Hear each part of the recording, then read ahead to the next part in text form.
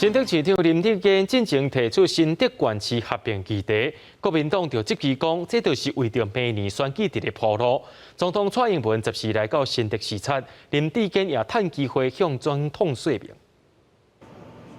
总统蔡英文10时来到新竹，第一站来到国家太空中心。新竹市长林志坚甲民进党立法院总团总召柯建铭嘛做伙陪同。林志坚嘛趁致辞的时阵，顺续讲到大新竹合并的目的。关键的时刻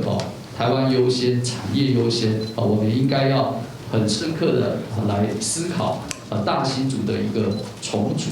让台湾在国际上更有竞争力。更有影响力。接落来第二站幼稚园，总统蔡英文除了了解开学前的准备工作，也针对新竹县市合并升格议题表示，新竹是全台湾产业上重要的所在，新竹县市合并是关系到国家整体规划的重大议题。那这个确实是有关国家整体规划的一个重大的议题那我们除了要考虑民意的反应之外，我们在法制面的配套措施还有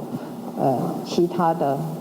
因素的考量都必须有审慎严谨的讨论大新竹合并升格，市长林志坚主张县市合并，县长杨文科要点名合并，短时间内各界也未达成共识。总统的态度当今关键，表达起来嘛相对谨慎。记者刘君豪新竹报道。